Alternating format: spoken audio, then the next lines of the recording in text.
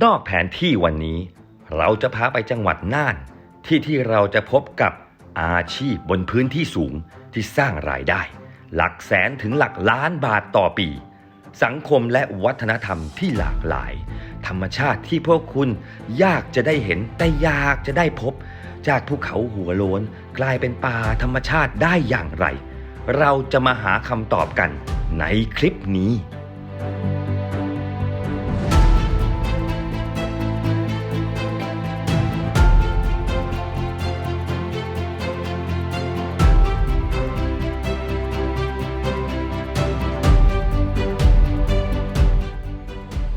ผมอยากจะแนะนำเรื่องราวของสวพศชื่อย่อเขาอยากแนะนำคนนี้มากคนนี้คือสถาบันวิจัยและพัฒนาพื้นที่สูงเขาทำอะไรที่นี่ต้องบอกว่าเป็นกลุ่มบุคคลที่เขาต้องการเข้าใจเข้าถึงและพัฒนาเรื่องราวของสวพศเขาใช้องค์ความรู้แบบโครงการหลวงคุณหูกันบ้างไหมใช่การเข้าใจแต่ละพื้นที่ว่าพื้นที่นั้นเป็นอย่างไรเขาทำยังไงพื้นที่เขาเอาแผนที่มันเลยแน่นอนครับแผนที่นี้ระบุว่าแต่ละที่มีปัญหาอะไรบ้างพลอตลงไปบนแต่ละจุดทำไมต้องแต่ละจุดอยู่จังหวัดเดียวกันมันไม่เหมือนกันเหรอใช่ขนาดคนละบ้านยังไม่เหมือนกันเลยคนแต่ละคนนิ้วมือยังไม่เท่ากันและภาษาอะไรกับพื้นที่ครับมันต้องไม่เหมือนกันเขาก็พลอตปัญหากันว่าแต่ละพื้นที่มีปัญหาอะไรวิเคราะห์ปัญหาแล้วหาวิธีแก้ไขปัญหาจากการวิเคราะห์เมื่อวิเคราะห์ได้แล้วจึงเข้าใจว่าพื้นที่นั้นเป็นยังไงปัญหาคืออะไรเข้าใจพื้นที่ดังนี้ต้องเอาอะไรไปรักษาล่ะแน่นอนต้องเอาองค์ความรู้ข้อมูลต่างๆเหล่านี้เข้าไปถึงพื้นที่เข้าไปหาบุคคลในพื้นที่เข้ายังไงเสียบปลั๊กต่อแบตเตอรี่เอาเมมโมรี่เข้าไปเลยแม้ทำได้อย่างนั้นคงจะดีปัจจุบันทำไม่ได้หรอกครับต้องเอาคนเข้าไปดังนั้นใครเล่าจะเป็นคนกล้าหาญเข้าไปดูดีจะมีคนเคาะประตูหน้าบ้านคุณแล้วบอกว่าคุณครับสวัสดีครับผมเอาความรู้มาฝากผมเอาเงินมาให้คุณจะเชื่อเขาไหมล่ะเราเป็นเจ้าหน้าที่ของสถาบันวิจัยและพัฒนาพื้นที่สูงคือหน้าที่หลักๆก็คืองานในเรื่องของการพัฒนาชุมชนบนพื้นที่สูงให้เขามีความอยู่ดีกินดีแล้วก็มีอาชีพสามารถอยู่กับธรรมชาติที่เขามีอยู่ได้เอาละครับเริ่มต้นจากการเข้าพื้นที่นี่แหละการนำข้อมูลเข้ามาวิเคราะห์ส่งหน่วยกล้าตายที่บอกเข้าไปแทรกซึมทำตัวเหมือนสปายเลยแม่แต่สายลับคนนี้ต้องเข้ายากหน่อยนะครับเจ้าหน้าที่บางคนเนี่ยเล่าให้เราฟังว่าอยู่มาเกือบ10 ปีแรกเนี่ยเข้าไปในชุมชนก็ต้องบอกเลยว่าเจอเจ้าหน้าที่10 คนพูดเหมือนกันหมดครับทุกคนว่าปัญหาคือไม่มีใครเชื่อก็ใครจะไปเชื่อเราก็เพิ่งเจอหน้ากันแต่ประเด็นคือเขาไม่เชื่ออยู่เป็นปีเลยนะครับไม่ใช่เป็นวันไม่ใช่เป็นเดือนแต่เป็นปีชาวบ้านเจอเจ้าหน้าที่หน้าใหม่แน่นอนครับเขาก็ไม่ใส่ใจดังนั้นอยู่ดีจะบอกว่าคุณครับผมจะมาช่วยไม่มีใครเขาเชื่อหรอกครับดังนั้นการเข้าถึงสวพศจึงต้องใช้เวลามากกว่าคนพื้นที่จะยอมเชื่อใจแล้วการเชื่อใจก็ไม่ได้แปลว่าเชื่อใจทั้งหมดด้วยมีเชื่อใจแค่อาจจะคนแรกเหมือนหน่วยกล้าตายของเขาเหมือนกันของคนในพื้นที่ว่าคนนี้คือหน่วยกล้าตายที่จะมาเชื่อใจสวพศนับเป็นการใช้ใจแลกใจจริงๆนะตอนแรกเข้าไม่ค่อยได้นะพี่ยังไงครับยังไงเขาไม่คุยด้วยผมใช้เวลาเป็นปี ผมก็พยายามอย่างนั้นอ่ะ คุยด้วยพยายามจะคุยด้วยแล้วเขาทำไงเขาหันหลังให้เลยเหรอไม่คุยด้วยเลยไม่คุยด้วยโหแล้วทำไงให้เขาหันมามีตัวตนอ่ะจนสุดท้ายมันเป็นช่วงเวลาปรับเปลี่ยนพี่คือผู้ใหญ่คนปัจจุบันมันทำให้การสื่อสารเรื่องของการประสานงานเนี่ยได้ว่องไวขึ้นถ้าผู้นำเห็นด้วยเนี่ยการทำงานก็จะง่ายแล้วเพราะนั้นเวลาที่เจ้าที่เราเข้าไปอยู่ในชุมชนเขาต้องมองหาแล้วว่าเขาจะต้องเข้าหาใครคนแรกอะไรที่เป็นปัญหาสำคัญอันดับแรกที่เราต้องทำด้วยกันก่อนจากเมื่อก่อนเนี่ยเขาเป็นคนแบบว่าไม่เอาด้วยกับเราไงพอแกเห็นมันสำเร็จขึ้นมานี่ขึ้นมาเนี่ยแกเริ่มเข้ามาหาเราละโดยที่เราไม่ต้องไปหาแกที่บอกส่วนหนึ่งก็คือเราเรียนรู้จากหลักการทำงานโครงการหลวงเนาะเพราะเราต้องบอกตลอดว่าโครงการหลวงเป็นต้นแบบการทำงานของเราอย่างโครงการหลวงเนี่ยอยู่มามากกว่า50 ปีมากกว่าครับเพราะนั้นเรามีต้นแบบที่ดีเรามีกระบวนการทำงานที่เขาสอนเรามาอยู่แล้วอะสวพศเนี่ยถือว่าเป็นหน่วยงานถ้าพูดภาษาชาวบ้านก็บุกทะลวงฟันดูความรู้ต้นแบบจากโครงการหลวงเอามาวิเคราะห์แล้วเอามาวางแผนใช่ค่ะ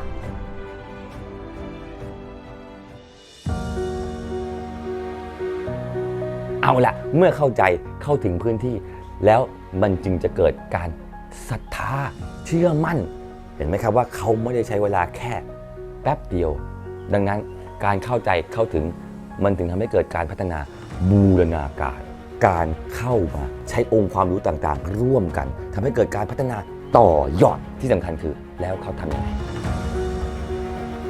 เริ่มต้นกันที่บ้านขุนสถานครับที่นี่เป็นหมู่บ้านพี่น้องชาวมงพูดเลยว่าเขาอยู่สูงกว่าระดับน้ำทะเลถึง 1,000 เมตร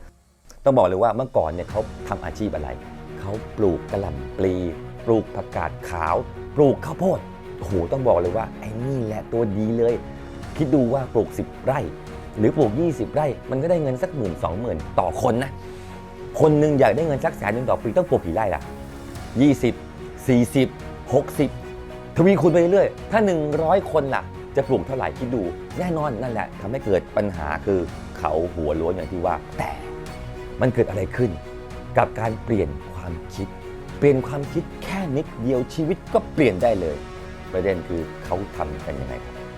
เขาอยู่พื้นที่สูงใช่ไหมอากาศเขาหนาวไงเขาก็ปลูกเกษตรแบบใหม่อากาศหนาวก็ต้องปลูกพืชหนาวสิแต่ว่าเขาปลูกในระบบที่เรียกว่าระบบโรงเรือนเขาเรียกว่าการปลูกแบบประณีต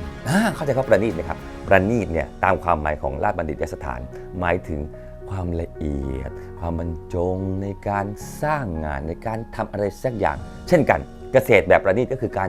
ใช้ความละเอียดความบรรจงในการสร้างผลผลิตเช่นอะไรบ้างองุ่นไร้เมล็ด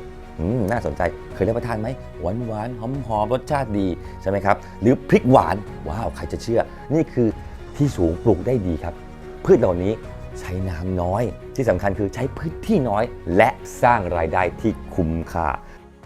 ทำให้เราได้เงินเยอะกว่าทำข้าวโพดค่ะกะหล่ำอะไรพวกนี้ค่ะรวยยังไม่รวยค่ะ แล้วมีความสุขยังมีค่ะมากไหมมากค่ะทำแบบว่าสบายมันทำทุกวันแต่มัน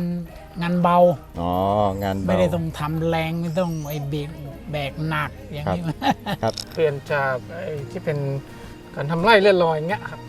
มันทำไร่ที่ใช้พื้นที่จำกัดให้ผลเขาเรียกให้ผลผลิตคุ้มค่ากับพื้นที่เดียวดูอย่างบ้านห้วยโพนครับเมื่อก่อนเนี่ยเขาบอกปลูกแต่ข้าวไร่นะใช้พื้นที่ทั้งดอยขนาดใช้พื้นที่ทั้งดอยยังปลูกไม่พอกินเลยสวพสเขาก็เลยปรับเปลี่ยนครับปรับเปลี่ยนอาชีพปรับเปลี่ยนวิธีคิดด้วยให้เป็นอาชีพทางเลือกใหม่ผมไปเจอพี่คนหนึ่งเมื่อก่อนเขาปลูกข้าว45 ไร่45 ไร่นะเขาบอกเลยว่าไม่พอกินปลูกข้าว45 ไร่ไม่พอกินแล้วเขาทำยังไงตอนแรกเราทำข้าวเป็น40 ไร่งั้นตอนนี้เลยข้าวไร่เลยเหลือแค่1 ไร่ครับแล้วกาแฟเรามีอยู่5 ไร่ครับแล้วข้าวเหลือแค่ไร่เดียวก็พอเลยมันก็ยังพอมันก็ไม่พอหรอกอ้าวเราหันมาปลูกกาแฟเราได้ตังค์แล้วเราก็เอาตังค์ที่กาแฟนี่ไปซื้อข้าวง่ายกว่า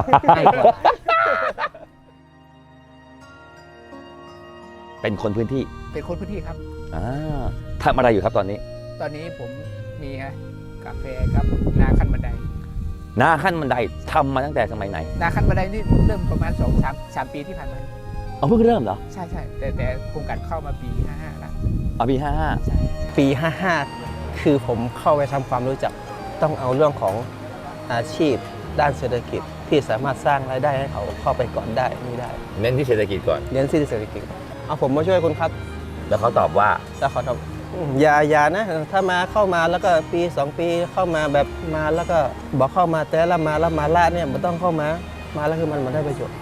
หน่วยงานแต่ละหน่วยงานเนี่ยถ้าจะเข้ามาถ้า2 ปีคุณไม่ต้องเข้าแล้วคุณชัยวัฒน์ทำอะไรให้คุณชัยวัฒน์มันจะมีอะไรพวกพลาสติกก็ใช่น้ำประปาจากแต่ละเนี่ยผมเนี่ยน้ำแต่ละตรงนั้นมีน้ำหมดเลยนะที่เขาที่เห็นนั่นน่ะใช่ทั้งหมดนั่นเลยนะใช่ตรงนี้ดูเป็นแอ่งตรงหลุมนู่นนะไกลๆนู่นเราทำงานเราไม่สามารถทำคนเดียวได้นะเนี่ยเราก็ต้องมีเครือข่ายหลังจากที่เขาทำได้เห็นไหมครับคนอื่นก็เริ่มเห็นแล้วก็อยากเริ่มทำตามนั่นทำให้เกิดคุณค่าแบบสังคมแบบรวมที่แน่คือ เขาได้ค้นพบว่าการทำงานน้อยลงแต่รายได้มากกว่าเดิม มากกว่าเดิมเป็นหลายเท่าเป็น10 เท่าเลยก็ว่าได้นั่น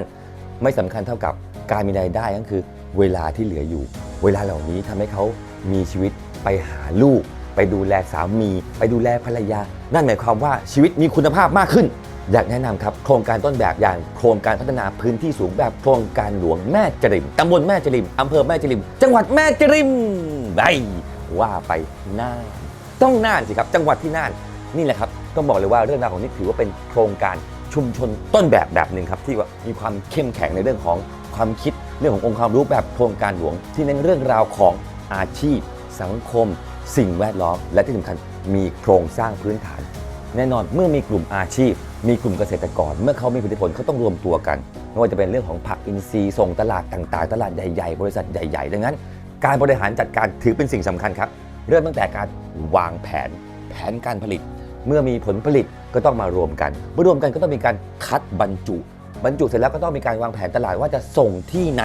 ส่งอย่างไรผมเชื่อเลยว่าทุกคนต้องคิดอย่างผมแน่ๆเป็นพ่อค้าคนกลางแล้วมีส่วนต่างเท่าไหร่ตอบอย่างนี้เลยว่าไม่มีครับเราได้เห็นความดีความงามตรงนี้เป็นเรื่องราวของการใช้ความคิดเรื่องราวของการใช้นวัตกรรมเรื่องราวของการใช้เทคโนโลยีอย่างมีคุณภาพเอาไปช่วยครับเป็นการสร้างความช่วยเหลือไม่ว่าจะเป็นเรื่องราวของการสร้างผลผลิตให้มีคุณภาพเรื่องราวของการใช้เทคโนโลยีเรื่องการแพ็คส่งสินค้า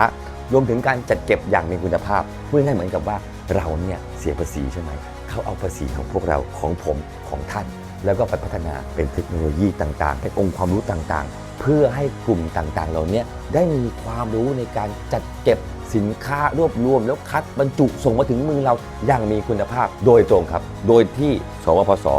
ไม่มีส่วนได้ส่วนเสียเลยแม้แต่นิดเดียวที่สำคัญยังช่วยอำนวยช่วยสร้างสิ่งต่างๆให้เป็นไปได้เหมือนฝันเลยแต่ที่นี่คือเรื่องจริงว่าไปหน้า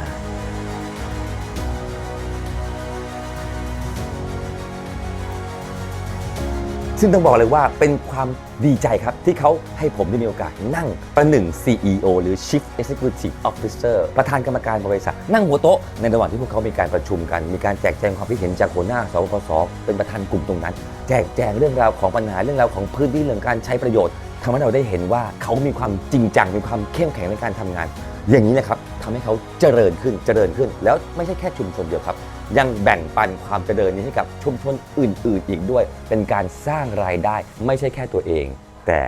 ให้กับชุมชนที่อยู่ใกล้เคียงอีกด้วย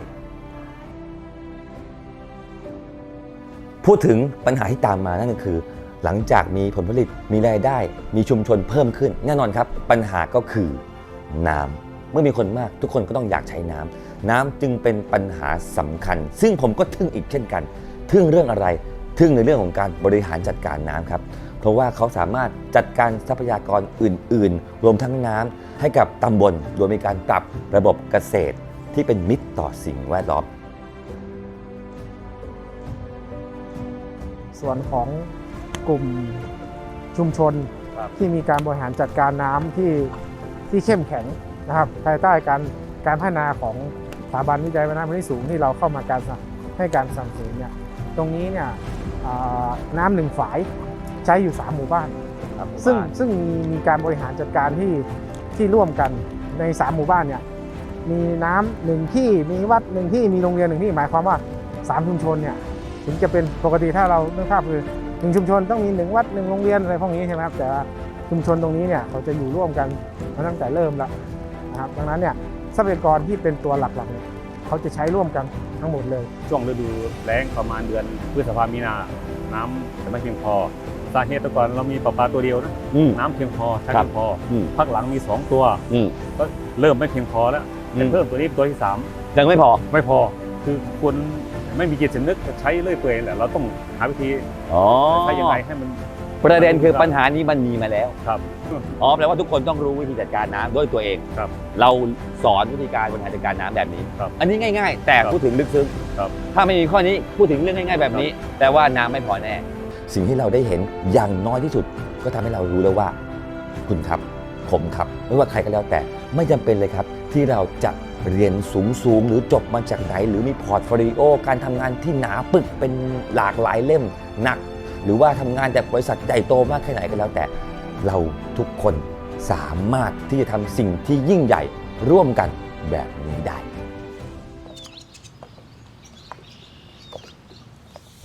จากแม่จริมครับผมมาที่บ้านถ้ำเวียงแกที่นี่เราได้เห็นเรื่องราวที่น่าสนใจนั่นคือความเป็นเอกลักษณ์ของภูมิปัญญาชนเผ่าครับในเรื่องของสินค้าท้องถิ่นการสร้างรายได้งานหัตถกรรมนี่คือสุดยอดครับการต่อยอดถือเป็นการสร้างรายได้ให้กับกลุ่มโดยเฉพาะอย่างยิ่งกลุ่มสตรีแน่นอนครับเราไปเจอกลุ่มสตรีที่รวมกลุ่มกันเพื่อทำงานศิลปะชนิดหนึ่งที่เรียกว่าหัตถกรรมพื้นบ้านเขาทำเองกันก็อาจจะไปได้ระดับหนึ่งแต่ที่นี่เขาช่วยกันทำการวางแผนระบบการตลาดมีมาร์เก็ตติ้งแบบมืออาชีพซึ่งเขาบอกเลยว่าที่นี่สุภาพสตรีทุกคนตั้งแต่วัยเด็กจนถึงวัยสูงอายุสามารถเย็บปักถักร้อยทอผ้าได้ทุกคนและนี่คือสิ่งที่สำคัญคือการส่งเสริมเรื่องราวของอาชีพในทุกๆสายอาชีพซึ่งภูมิปัญญาถือเป็นสิ่งสำคัญมากครับ ลายกันปักผ้านี้มันจะเป็นเอกลักษณ์ของม้งโดยเฉพาะเราไปถึงไหนก็ถ้ารู้จากลายปักนี้เราจะรู้ทันทีว่าเป็นของม้งนะคะแล้วก็พี่ดาวอยากจะให้รุ่นหลังต่อไปมีการสานต่อในเรื่องของผ้าปักในค่ำวันนั้นเลยเนี่ยผมก็ไปเจอกับผู้นำชุมชนมาพูดถึงเรื่องกินกันบ้างอันนี้น่าสนใจมากคุณเคยได้ยินชื่อนี้ไหมครับข้าวเบลจาวใช่ย้ำอีกครั้งข้าวเบลจาวฟังแล้วอาจจะงงนะเป็นข้าวชื่ออะไรคุ้นหูไหมไม่คุ้นหูบางคนอาจจะเคยได้ยินที่แน่คือข้าวนี้เป็นลักษณะของเมล็ดอ้วนๆแต่บอกเลยว่ามันเหมือนข้าวญี่ปุ่นมากครับมีเอกลักษณ์เลยคือเขาเนี่ยมีวิธีการเก็บเกี่ยวที่ไม่เหมือนกันเพราะว่าเป็นช่วงที่ข้าวเนี่ยเขาสุกออกรวงในช่วงหน้าฝนแล้วคนต้องรีบเก็บครับชาวบ้านต้องรีบเก็บเพราะว่ามันจะเปียกมันจะแฉะเอามาตากแดดไม่ได้วิธีแก้ปัญหาก็คือภูมิปัญญาของชาวบ้านนะครับเขาก็เลยเอามาคั่วซะเลยผู้เฒ่าผู้แก่เขาก็เล่าให้ฟังว่าเอาข้าวมาคั่วจะได้แห้งเร็วๆไม่ต้องมาตากตามตอนนั้นให้เสียเวลาสำคัญคือมันคั่วให้หอมครับถือเป็นภูมิปัญญาที่น่าสนใจแล้วให้ความหอมที่อร่อยต้องบอกว่าเป็นข้าวมงคั่วแล้วก็มาแนะนำวิธีทำให้ผลผลิตทำยังไงให้ข้าวได้ผลผลิตเยอะ ครับ 1นะครับ2นี่ถ้าเรามีเยอะแล้วเราขอเอามาแพ็คอะไรไปขายบ้างจะมีรายได้เสริมของชุมในเข้าครัวเรือนแปลว่าส่งเสริมสิ่งที่เรามีอยู่แล้วส่งเสริมเอามาส่งเสริมที่เรามีอยู่แล้วว่าให้เราน่าจะทำอย่างนี้พูดถึงตรงนี้แล้วต้องบอกว่าภูมิปัญญานี้นำมาต่อยอดสร้างเป็นอาชีพสร้างรายได้ทั้งไม่ว่าจะเป็นหัตถกรรมข้าวเบลเจ้าอันนี้ถือว่าเป็นตัวอย่างอันดีงามเป็นของดีพื้นที่สูงเลยก็ว่าได้ครับอันนี้ต้องบอกว่าชื่นชมสวพสอีกเช่นกันเขามาต่อยอดมาสร้างรายได้โดยที่ไม่ได้ส่วนต่างอะไรเลย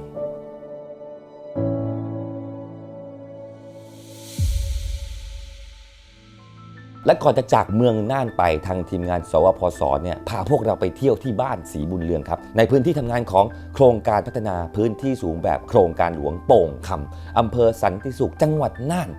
บ้านศรีบุญเรืองเนี่ยนะครับถือเป็นชุมชนที่เข้มแข็งเขามีผู้นำชุมชนเป็นผู้หญิงนะครับแต่แข็งแกร่งที่พูดจานุ่มหูต้องบอกว่าที่นี่เขาใช้แผนชุมชนเป็นเครื่องมือพัฒนาหมู่บ้านครับที่นี่ได้รับรางวัลชนะเลิศหมู่บ้านปลอดขยะระดับประเทศปี 2564 ปรับเปลี่ยนแนวความคิดของคนทั้งหมู่บ้านให้เป็นระบบเกษตรที่เป็นมิตรต่อสิ่งแวดล้อมปลอดการเผานี่ครับสุดยอดว้าวเขาทำได้ยังไงว่าไปน่านเริ่มต้นเลยต้องบอกเลยว่าการที่เขาเป็นเมืองปลอดขยะได้นั้นเท่าความกันเล็กน้อยเราเป็นคนเมืองแน่นอนครับเราอาจจะนึกไม่ออกมันทำยังไงเพราะว่าปกติเราทิ้งถังขยะก็อยู่หน้าบ้านเราก็จะมีรถขยะมาเก็บแล้วเอาไปทิ้งแทนเราถูกต้องไหมครับเราก็นึกภาพไม่ออกแต่ถ้าคนอยู่บนดอยล่ะรถขยะที่ไหนจะวิ่งขึ้นดอยลงดอยไปเก็บขยะให้ทุกวันเล่าแน่นอนมันก็คงยากครับเขาก็เผาสิครับเผาแล้วเป็นไงมันก็เป็นเรื่องของมลพิษเรื่องของฝุ่นแน่นอนประเด็นคือนี่แหละเขาจึงต้องมีการจัดการขยะโดยแยกขยะอย่างจริงจังกันทั้งหมู่บ้านขยะอินทรีย์ก็คือขยะที่เป็นสิ่งของเป็นผลไม้เป็นอะไรเงี้ยเขาก็ขุดหลุมหรือเป็นเศษอาหารที่เหลือครับเขาขุดหลุมแล้วใช้ถังขยะที่เจาะรูนั่นหมายความว่าตวงเลยครับข้างใต้เจาะลงไปฝังดินแล้วมีฝาปิดนี่แหละแล้วเขาก็ปิดฝาลงไปผมไปยืนอยู่หน้าหลุมนะต้องบอกเลยว่าไม่มีกลิ่นเลยครับไม่มีกลิ่นจริงๆไม่มีกลิ่นเหม็นออกมาให้ได้กลิ่นเลยไม่มีการรบกวนที่สำคัญคือเมื่อเวลาผ่านไปเขาทำหลายๆบ่อครับขยะหรือเศษอาหารของท่านเหล่านั้นมันก็กลายเป็นปุ๋ยซึ่งสามารถเอาไปใช้ในการเกษตรถือว่าเป็นความชาญฉลาด เป็นความฉลาดในการใช้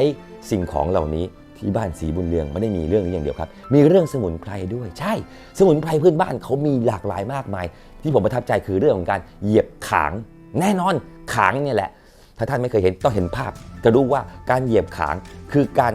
ใช้เท้าไปจุ่มในสมุนไพรแล้วก็เหยียบบนแผ่นเหล็กมันร้อนจัดๆเลยแล้วก็มาเหยียบแล้วต่อทีโอ้โหมันวิ่งเข้าไปถึงเส้นข้างในยังนึกถึงความรู้สึกกันได้ครับมันสุดยอดใครไม่เคยลองต้องลองรับรองด้วยว่าวิธีการนวดแบบนี้เป็นวิธีการโบราณที่หาชมและหารู้สึกได้ยากต้องลองสักที แจ๋วโอ้ยดีโอ้พ่อสุดยอดเนี่ยแจ๋วสบาย สรุปคือเมื่อเราเข้าใจชุมชนเข้าถึงปัญหาการพัฒนาก็จะเกิดอาชีพที่มีการสร้างรายได้อย่างยั่งยืนเกิดคนที่มีคุณภาพมีสังคมที่เข้มแข็งสิ่งแวดล้อมมีอยู่อย่างสมบูรณ์เป็นวิถีของคนกับป่าอยู่แบบพึ่งพาอาศัยธรรมชาติไม่เบียดเบียนกันเพื่อประโยชน์สุขร่วมกันเพื่อประโยชน์สุขของเราและเพื่อประโยชน์สุขของคนไทย